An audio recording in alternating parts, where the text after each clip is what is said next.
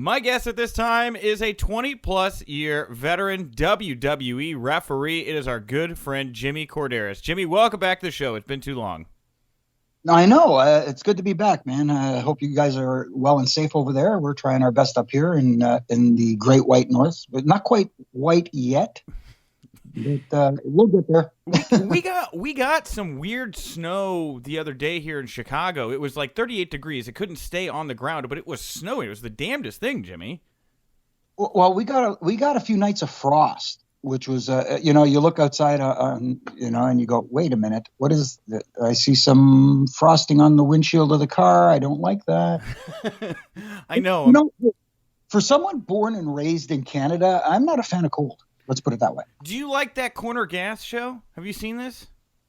Yeah. I mean, there's parts of it because I get the Canadian humor. I'm doing the air quotes. You can't see it right now. Okay. But there's some stuff I like. It's kind of like, I don't know how to explain it. I got a weird sense of humor. So like I'll watch something like that it was a very popular show, like The Big Bang Theory, for example, and it just doesn't appeal to me. Does nothing for me. Sure.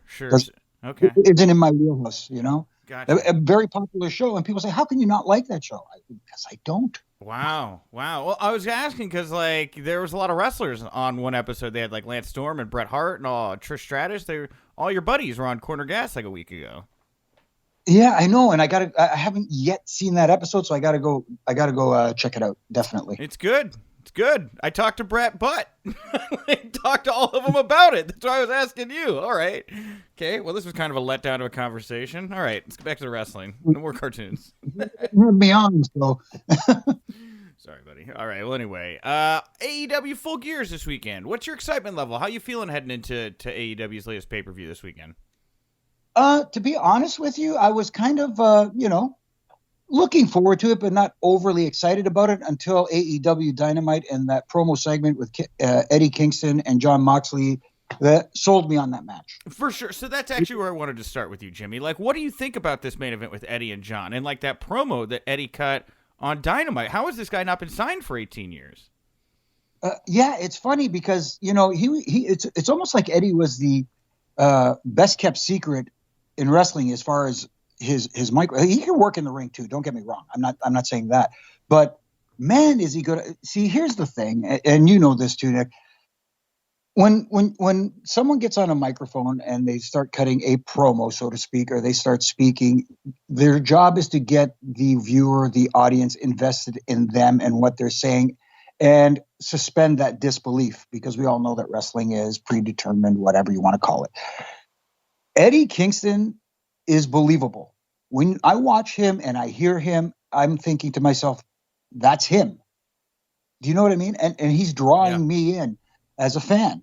And I think he's been excellent. And I give him full marks for making this match, I think, the must-see match of the weekend, despite what others might think regarding a tag match, which I'm sure we'll talk about soon. Sure. Yeah, well, we'll talk about tag match real bit. But with Eddie, I mean, do you think he's championship material? Could you realistically see this guy beating Moxley and holding this title? If it wasn't the I Quit stipulation, I would say yes. If it was like a regular match where you could have some shenanigans and something and have Eddie be that, heel winning under nefarious means the championship and hanging on to it the same way, I would say yes. But with this I Quit stipulation attached to it, I don't see that happening. Okay. All right. Well, obviously then after Eddie here, if Moxley is to retain, or even if, Eddie takes it, after John or whatever, you got Kenny Omega and Adam Page in the wings here. Now they're going to be in the finals of this tournament. What did you think of the tournament, and has it built more interest, I guess, for you to see this bout between these two men? Yes and no. Again, that's another thing. It was almost expected, if that makes any kind of sense. I was kind of guessing that this was the direction you're going to go. Yeah.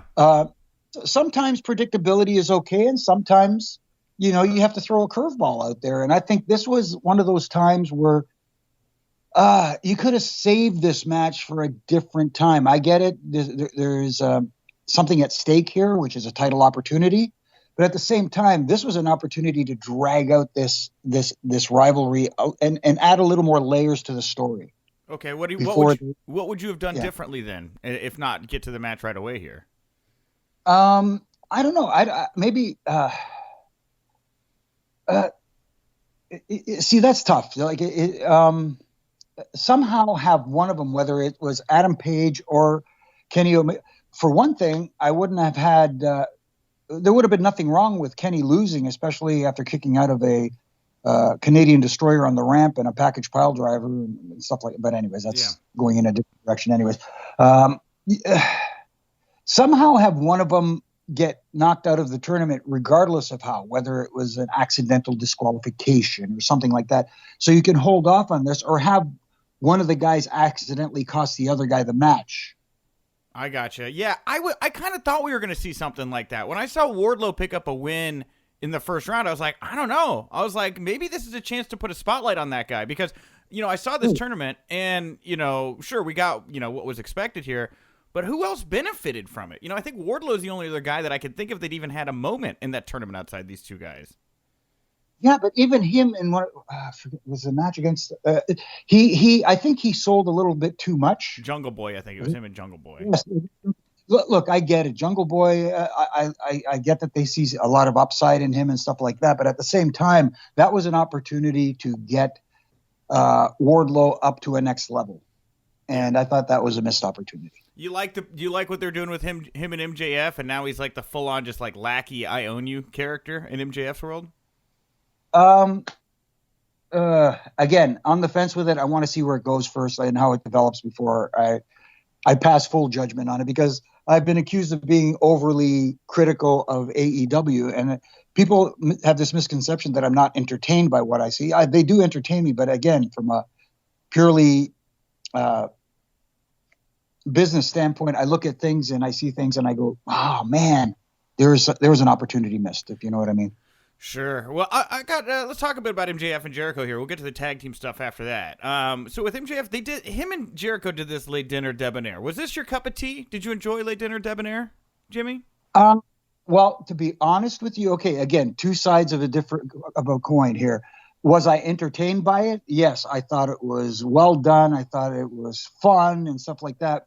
But if you're trying to turn MJF into that badass or that heel that you want him to be, that was a step backwards for me, because people were, like I said, entertained by it. People who may not have liked him and say, oh, what a horrible human being he is. I want to see him get his butt kicked. Then you see that and you go, you know what? He's pretty entertaining. I kind of like that guy.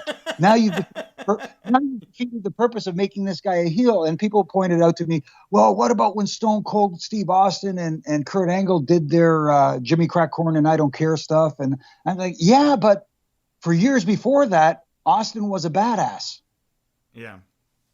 You know what I mean? He hasn't established himself as that heel that he hasn't gotten there yet. Let's put it that way. I could like try and ramble on about this, but my point is he hasn't gotten that heel status yet for long enough to jump into something like that. Jericho, fine, no problem. He's been around for 30 years, so good on him. But you just took one of your hottest heels and made him likable. That's a really good point, Jimmy. I haven't heard anybody make that point yet, but you're absolutely right, man. People like MJ, because even I did this interview with MJF. I did it on Sunday night. We released it yesterday on Wednesday, okay? And he's in character the whole time. Like, he doesn't do interviews as, Max. He's always MJF, right? And the feedback I get from this, I get more feedback from this thing than any other interview I do. Loved it, loved it, loved it. This was so fun. This was great, right? I don't know. That is odd for me, for what everybody considers to be the best heel in the business. Every time he does something, people love it. I don't know. It's just odd. I guess different times, I guess, with the audience. And yes, in that hardcore, diehard audience, the ones that they cater to are going to like that. But again, this is a business where you try to expand your audience and bring in, others other than just your target demo. So with MJF here, he beats Jericho. He joins Inner Circle. Do you like that? Do you want to see MJF in Inner Circle? Actually, I would like to see MJF beat Jericho and say, you know what? I don't want to. If I can beat the leader of this thing, why would I want to join this thing? Yeah. I'd like to see that kind of swerve. Okay. If that's the direction they go. Okay. You don't want to see him like secretly like be working with the rest of the crew or anything like that. You just want to see him beat Jericho. Just be like, I don't need this. I'm done with this. Yeah.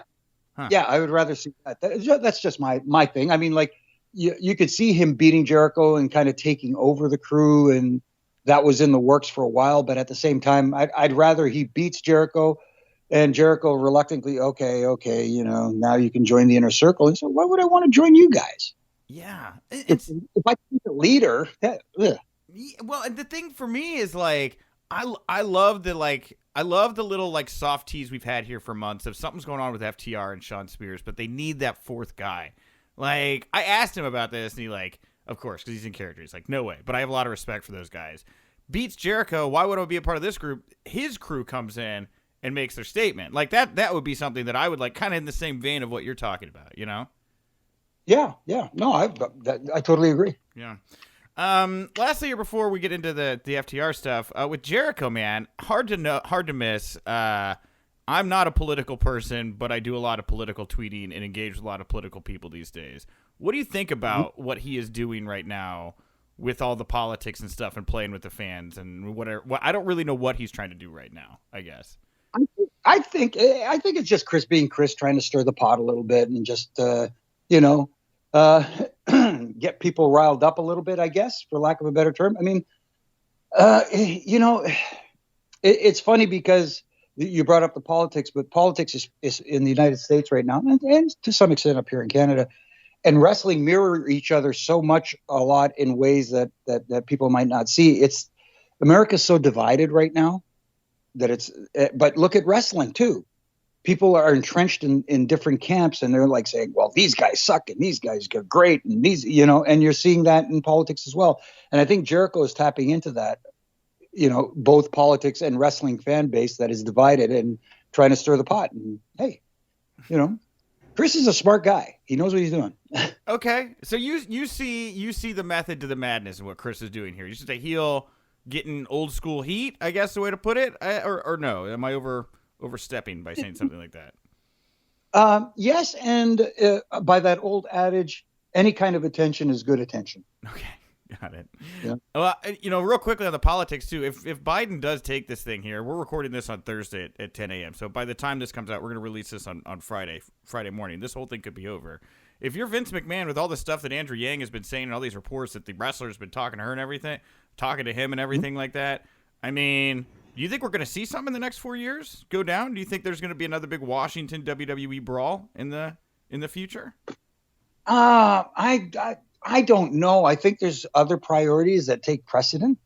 But at the same time, it's weird because, pro wrestling unfortunately has this perception amongst people in high positions that maybe it's not important enough to them. I hope I'm wrong. Okay. But, maybe they don't see it as a priority. I don't know. Andrew Yang seems to be taking this thing real seriously. So I don't know. I just wanted to get your thoughts. See, there's one person in politics that's taking it seriously, and I don't know if he can drum up the support to follow along. We'll see. AOC, she was playing old school WCW Nintendo 64 games on Twitch the other day. I was like, Cool. Very cool. I can't even play those old games anymore. All right, back to wrestling. So FTR and the Young Bucks, FTR is saying this is going to be the greatest tag team match of all time. We ran a poll just this morning. I was asking fans, what match they're most excited about. This took third, man. This isn't one of the more high, and these guys have been building this match literally for years. What do you think the work they've been doing, and what are your expectations kind of going into Saturday? See, again, here we go. Two schools of thought here.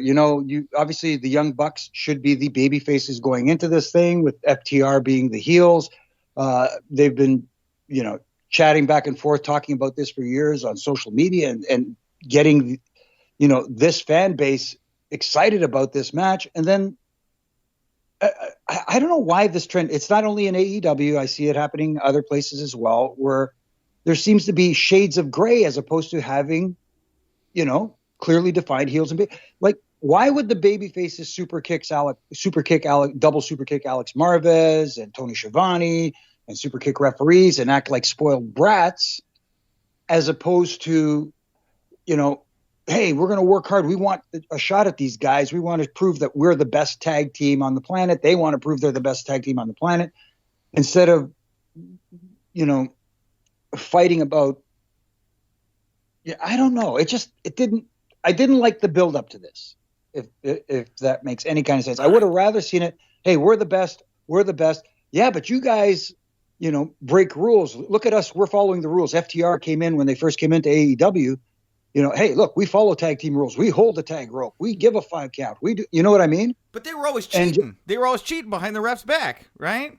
Too. Exactly what heels are supposed to do. And that's another issue I have with how they distract the referees. But that's, again, a topic for another day. But at least they were trying to do the traditional heel, and people say, well, no, that's not modern wrestling. Yes, it is. That's what it's about, telling stories. It's about getting people to not like you if you're the heel, and to see you want to lose, and see the good guys want to win. And now, like, who do I back in this thing? Do I back the guys who come in and claim they're the best and they're cheaters? Or do I want to cheer the guys who are acting like spoiled kids? You know what I mean? It just, that's where they. Dude, you're so smart, Jimmy. You nailed to me why I think this thing doesn't have the fire, and you're right, man. Like, why did we even tamper with the Bucks? Like, why did this turn happen? Now I'm kind of questioning it, because, like, what happened before this that they would have needed to be heels for? Exactly. And then why do they have to go right away in their first match? If we don't win the titles, then we're not going to challenge for the championship ever again. Right out of the gate in their first match. That's a match. That's a stipulation you build towards. It's not the first stipulation and the first time you guys meet. Huh. Weird. One thing I wanted to ask you is just in general, like, who was your favorite tag team to work with? Or tag teams? I don't know if there was like 4 men that really, like, you thought had good chemistry. Oh my goodness. Loved working with Edge and Christian. Okay. They were Eddie and Chavo were just so much fun. When they used to do the lie, cheat, and steal stuff, and people talk about, well, they would do stuff on the fly. We're in the middle of a match where something would happen, and they would talk you through it. They were so good at manipulating you, and I'll give you, if we got time for a quick example here. Go for it, please. Yeah.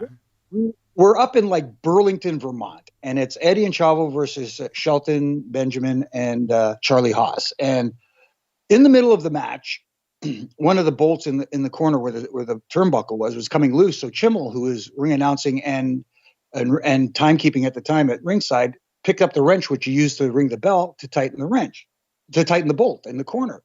And unbeknownst to me, because this is behind my back, Eddie looks at Chimmel and says, "Give me the wrench." Chimmel looks at him and says, "What?" He said, "Give me the wrench." So Chimmel gives him the wrench. And then I hear Eddie go to Chavo. Bring Shelton over here into the corner. So he brings him into the corner. He backs him in, and I'm doing my job as a ref. I count Chavo and back him out of the corner. And as I back him out, unbeknownst to me, because I don't know this is going on, he pops Shelton with the wrench. What? So then Charlie comes blasting in the ring. So of course my job is to go with Charlie and keep him out. So they're doing this double team stuff with the wrench, and they're passing it back, and I have no idea what's going on. Yeah. So they're doing and I'm getting distracted, and they're talking me through this, and it all of a sudden they did this deal where they slipped the wrench in the back of Shelton's tights, and and I catch Shelton with the wrench, and I give him crap for it. So anyways, all stuff that was done on the fly that worked, and that wasn't the only time. It was just so much fun working with those guys. Wow, that sounds like a blast to just be inside of that. You don't even know what's going on behind your back while that's all. That sounds fun, man. I didn't know what the weapon was until I finally pulled it out, and said, "Oh, it's a wrench." And Chimmel's going, "Give it to me, give it back to me." Wow. And then there's always the foreign napkin that was always that Owen Hart used one time, which was also awesome. The foreign napkin? Have you told this story? What am I missing here? I may have told this. It was Edge and Christian versus Jeff and Owen, and this was in Germany. And, again, doing the foreign object spot behind the referee's back and hitting the guy and passing it back and forth between him and Jeff. And then it comes to the spot where I finally catch Owen. He's got it hidden under his arm, right? And I give him the 5 count. He has to raise his arm. so I check under his arms. So they've been doing this thing for like 5 minutes where they've been using, and Christian selling like he's getting hit with a roll of quarters or whatever and stuff like this, and throughout the whole thing. So when I finally get to Owen, I get him to raise his arms, and this napkin comes floating out, and I couldn't hold it in. I couldn't contain myself. I lost it, and I'm trying to give him crap while I'm picking this up and holding it up. Was this what you were using? But I'm like, anyways. That sounds fun. So that spot has been labeled the Foreign Napkin spot. Wow. That's awesome, man. All right. Well, back to AEW here. One other thing, or I had two other things about AEW I wanted to ask about. First thing, what do you think about the more Sting-esque presentation of Darby Allen, and do you think there could be anything to Sting possibly coming to AEW now that WWE is not selling his merch? I guess it's a possibility. Again, I don't want to sound like I'm being negative here, but I don't see. I see how people could like the Darby Allen character, and I like the mystery surrounding it, but I don't see him. Maybe I'm not seeing what they're seeing. They haven't convinced me that he could be that big time player yet. I don't know. I could be wrong, and I have been wrong before. I'm just saying that for me personally, I don't see it. What is your biggest hang up then about Darby? I think he appeals to a specific audience, if that makes it like his presentation is not one that appeals to a wider fan base, if that makes sense. And again, like I said earlier, your goal is to expand your audience and expand your fan base and get more people interested. I think he's more of a target demo. Like he appeals to this group, and that's it. Okay. Well, I mean, that 18 to 35, whatever, 45 demo, that's what the bread and butter is these days. He seems very much targeted at 20-year-olds. That's for sure. Yeah. I just feel like, you need to appeal to a wider audience as well. Yes, that's a target demo, but at the same time, it shouldn't be your only demo that you're targeting. Okay. What about the Sting stuff? You think Sting would do it? You think he'd come to AEW? Do you see a place for him in AEW if he came there? I guess. I mean, if again, it all depends on how it's presented, and is he more of a mentor to Darby Allen or something like that? I don't know. There's always a possibility depending on how the story is presented. Okay.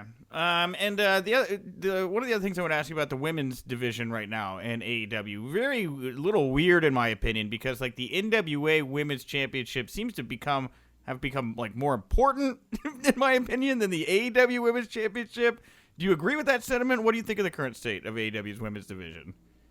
It feels exactly the way you just described it. An outside championship for them, again, doing the air quotes, an outside championship feeling like it's got more luster, more, like, do they combine the titles? Do they unify them? But at the same time, the women's division, I had high hopes for. And again, for me, it's a little bit of a letdown so far. And it, again, trying to analyze as to why I don't know what it is. There's something missing there, and I can't quite put my finger on it just yet. I wish I could and sound like a genius right now, but it's just not resonating with me right now. And again, like I said, I want to be invested. I want to be more. I want to detach myself, suspend disbelief, and just enjoy. And the women's division isn't doing it right now for me. How about lastly here, AEW wise, has the officiating improved at all in your opinion for AEW? Again, I hate to rail on the brothers and sisters in stripes, but I don't think, to me, just watching, I don't think the officiating is a priority at all for them. And I think they, in situations, especially in tag matches where, we're going to do this or this. Well, what do you need me to do? It's kind of like, just fudge the numbers a little bit. Just keep yourself distracted and stuff like that, as opposed, and that kills me because you look at some of the producers they have down there. You have Arn Anderson, Tully Blanchard, Dean Malenko. You got Billy Gunn. You've got guys who could like really, really. How is this not being utilized? I mean, I don't know. I just maybe being a former referee myself, I pay too much attention to the referees and some of them overselling a lot of stuff and being out of position and stop moving around so much. It's those little things, you know what I mean? Sure. Maybe over analyzing because of what I used to be one of them. Yeah. Well, kind of still am, I guess. I haven't given him my card yet, but anyway. But no, it's just little things that, like I always say, the referee's job is to help the talent tell their story. You're not the story unless you're included in their story. So you're invisible until you need to be visible. And I'm noticing that a lot of times the referees, particularly in AEW, tend to be very visible when they shouldn't be. When I see an exchange of two guys going back and forth and throwing these bombs and haymakers back and forth, and right between them, standing between them in the main shot, is a referee selling every punch. No. Stand off to the side. Let the guys be the focal point, or the girls. I would be remiss if I didn't ask you, what do you think about the zombie ref storyline in NXT then right now, where Cameron Grimes has one referee he's terrified is a zombie and is trying to hurt him? Again, I could. Not my cup of tea. Let's leave it at that. Okay. Last WWE topic. I got one WWE topic I got to ask you, Jimmy. What is your over-under? What is your ETA for how much more road is left for Retribution? What do you think is going on with this crew? I'm baffled, like many fans. Oh, I think the ball was dropped right from the get-go when they tried to make him like a rebellious group, and with all the Molotov cocktails and all that stuff. They lost me right there. That's me. And I'm like, you know what? You can cause chaos without having to go that route. And then all of a sudden, to stop the chaos, the story is, oh, we'll just sign these guys on and pay them to come in and create chaos. But then once you sign them, they become basically ineffective. Yeah. And I guess in theory, it's salvageable, but I don't see it. I think the damage is too far gone, and I think in people's minds, I don't see there's a coming back from this. So how much longer do you think? Because like I had one theory, my buddy Justin said the other day, LeBar, where maybe Bray Wyatt, Undertaker have a moment at Survivor Series where they just destroy Retribution, and that's it. Then we don't see them anymore. I'm all for that. Tell my friend Justin hello and tell him I love it. And why is he not writing for Raw right now? Okay. Anyway, Great. I like that. I like that scenario, and it's kind of like I'd rather that than it just disappear, kind of like Raw Underground. Yeah, it's just gone, right? It's done. It's like I'll tell you what, I don't mind that it's gone. I just wish there was an explanation. That's all, because I didn't like the idea of having something that's presented as shoot fighting on a show, on the same show that you have sports entertainment. If that, like you're kind of telling people this is real, but guess what? This is not. That's the way it felt to me. Well, that's why it's not around anymore. Or maybe not. Maybe there's other reasons. I don't know. Own slot on the network, fine. That's cool. But yeah. All right. Well, Jimmy, I want to thank you so much for catching up with me once again here on the Daily. I'm sure a lot of fans are now more knowledgeable going into Full Gear this weekend. Is there anything you want to plug, promote, put over here before we wrap up the interview today? I don't know, just the usual stuff. I do my ref and rants weekdays on my social media platforms, Twitter, Instagram, Facebook, whatever. And I just have a little fun with them and just point out little critiques. I'm not out to quote unquote bury anybody, just have a little fun and point out stuff that just doesn't sit well with me. And, up here in Canada, we do our aftermath thing with the former Santino Marella, Anthony Corelli, Nug Nargang, and Kevin Mickey right now because Caroline is away. And that's about it. We're having fun and enjoying wrestling and enjoying being home.